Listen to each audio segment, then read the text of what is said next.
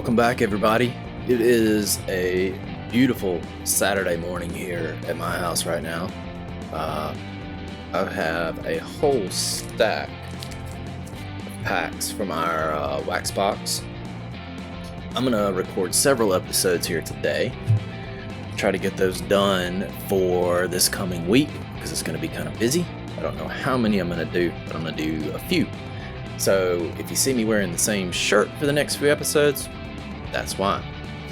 That said, these are some of the last packs of our box, and I've actually already ordered the next box of cards that I'm going to do on this YouTube series. But I've also got a few other hobby boxes that have come in from eBay, and I'm going to do some just quick rip openings for Instagram. Not going to do a whole lot of talking. We're just going to open the packs, look at the cards, and see what we get. So if you're interested, follow me there for those. In the meantime, let's go ahead and open up this guy and see who we get. All right.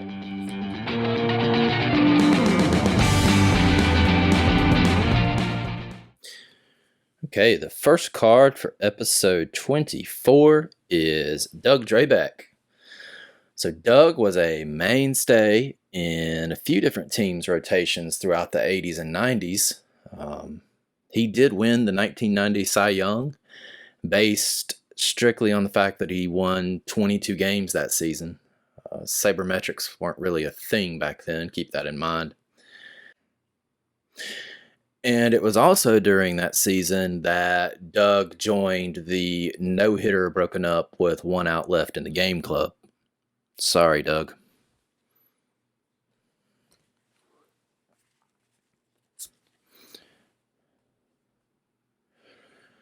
Doc Edwards is the manager for the Indians at the time. So Doc was a Navy corpsman, hence the nickname Doc. But he didn't survive that 89 season as the manager. He was fired just prior to the end of the season, I want to say, which was probably the best thing for Doc. Keep in mind, those were just awful years for the Indians. They had 2 winning seasons between 1969 and 1994.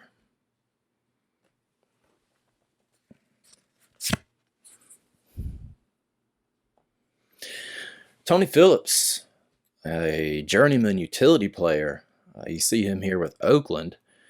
Fun fact is that he is the first player to have hit for the cycle for the Oakland Athletics.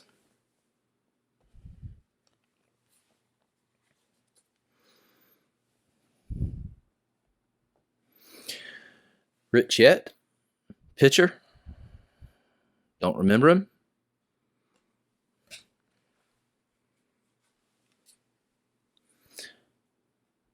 Tom Brookins. He's a third baseman. Tom's got an interesting little story. So he's got a twin brother named Tim and Tom. And for a short while, both of them were in the Tigers organization. Now, twin brother Tim never made it to the majors, but he was at spring training with Tom for a few years. So it's said that they like to switch identities during spring training, putting on each other's uniforms. Tim and Tom both claim that Tim played multiple spring training exhibition games as Tom without being caught.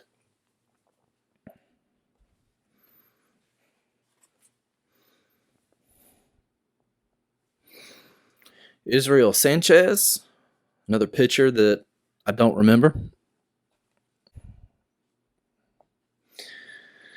Larry McWilliams, yet again, pitcher. Don't remember you. Sorry, Larry.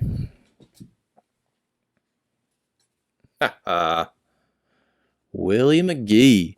It was the first or second episode that I did of Pack a Day that friend and viewer of the show, Dan Atkinson, made a comment on my Facebook page asking what would I say if I pulled Willie McGee. since I seem to have a bit of a bias towards the Cardinals. So, Dan, I pulled Willie. Here's what's going to happen. Willie McGee. Willie was a solid outfielder for the St. Louis Cardinals, solid enough to win the '85 NL MVP. He, along with Vince Coleman and Ozzie Smith, were the main players in what was called Whitey Ball. Back then, the manager for the Cardinals was Whitey Herzog. And so he developed a roster that took advantage of the spaciousness of the gaps of the Cardinals' home stadium at the time, and it became known as Whitey Ball. These were mostly slap hitters with a lot of speed. They could find the gaps and get on base and then manufacture runs by stealing bases. McGee was one of the stars of those teams. He had an amazing World Series catch. Again, '85 NL MVP. But then, I'd like to think that Willie McGee's most important career highlight came in 1984 during a day game on the afternoon of June the 23rd. This game was at their arch rival Cubs at Wrigley Field. And during that game, Willie McGee hit for the cycle. Exceptional thing to do anytime. So, heading into the bottom of the ninth, the Cardinals were winning that game by a score of 9-8. McGee had just finished hitting for the cycle. The Cardinals had Bruce Sutter on the mound. Now, Bruce Sutter at this time was more or less the Mariano Rivera of the period. So he's on the mound to close out this 9-8 victory. It's a nationally broadcasted game on NBC. NBC broadcasters decide that Willie McGee is the player of the game because he hit for the cycle. No arguments at that point from me. It's shortly after that announcement in the bottom of the ninth inning that Bruce Sutter delivers a pitch to a young up-and-coming second baseman by the name of Ryan Sandberg. Mr. Sandberg proceeds to slug said pitch into the left field bleachers, thus tying the game and sending it into extra innings. Now, in the top of the 10th, the Cardinals scored twice. It is 11-9 in the bottom of the ninth. Suter is still on the mound, still dominating, but he has a man on first. And Ryan Sandberg comes to the plate once more. And it's at this point that Mr. Sandberg sends a ball far over the head of NBC's player of the game, Willie McGee, and into the outfield bleachers once more to tie the game up. The Cubs would go on to win that game 12-11. Sandberg had 5 hits, 2 homers, 7 RBI. The game would infamously become known as the Ryan Sandberg game across all baseball circles.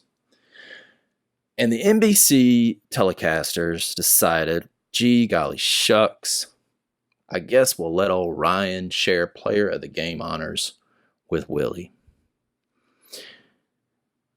So, couple of points there. 1, don't call player of the game till the game's over. 2, Sandberg's in the Hall of Fame, Willie McGee is not.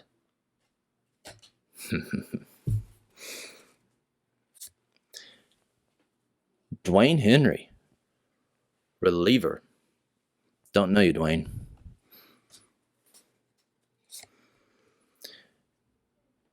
Eric King, pitcher. Pop quiz. Guess who gave up Ken Griffey Jr.'s first Major League home run? Answer, Eric King.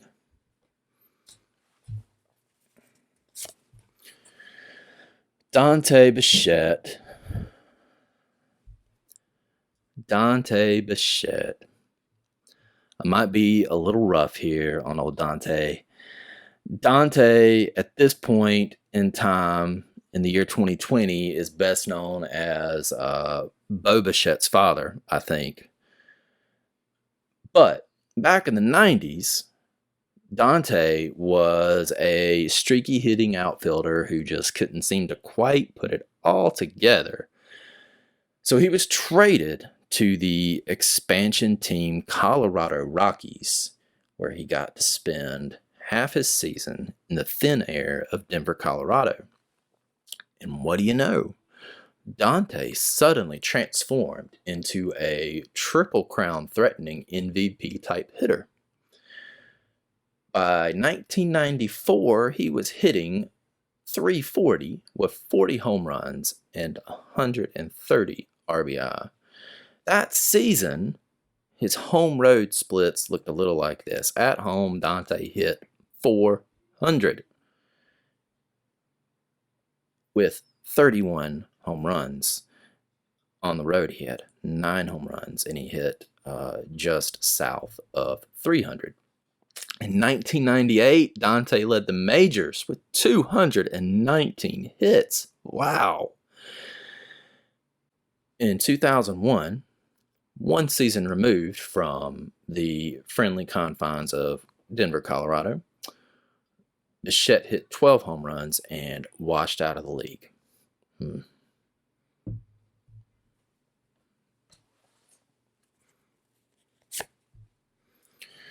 All right. We've got Napoleon Dynamite. Ron Kittle. Kittle is the 83. Sorry. Kittle is the 83 American League Rookie of the Year. He came up as a big-time power hitting guy, and he delivered in 83. He slugged 35 home runs and 100 RBI. He also hit for a career-high 250. He struggled with the Mendoza line for the remainder of his career.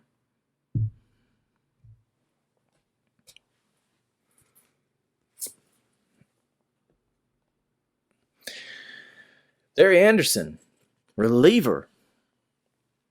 So Larry here.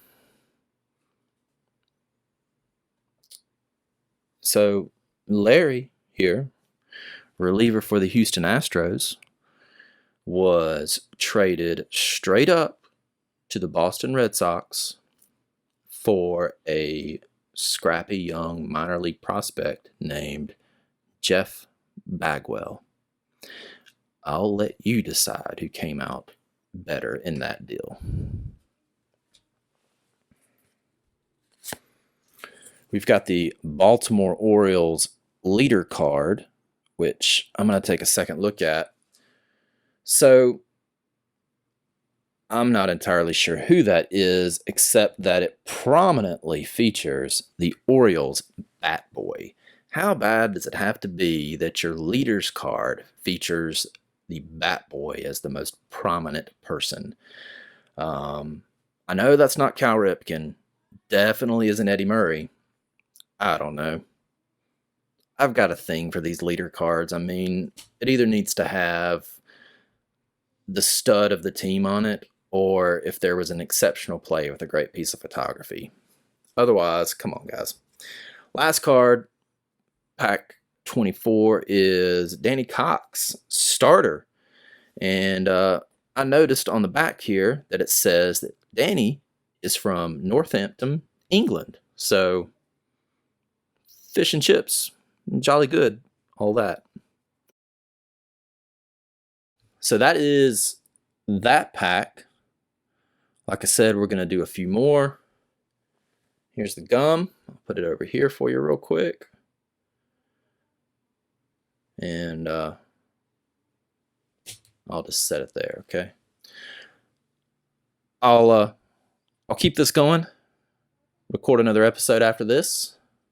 So I guess technically I'll be seeing you guys tomorrow by the time these air, right? All right. Take it easy.